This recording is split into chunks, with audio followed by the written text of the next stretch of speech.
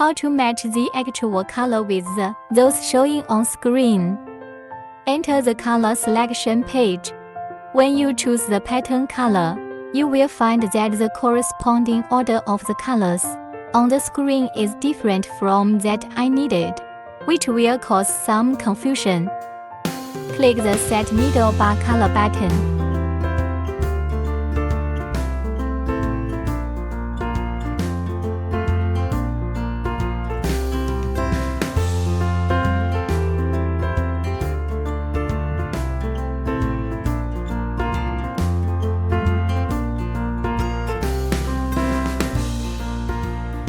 If the interface does not have the color you want, you can click the Add button.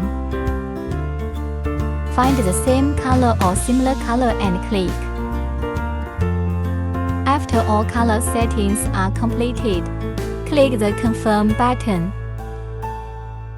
If you want to check the colors I set all correctly, you can check through the color selection area.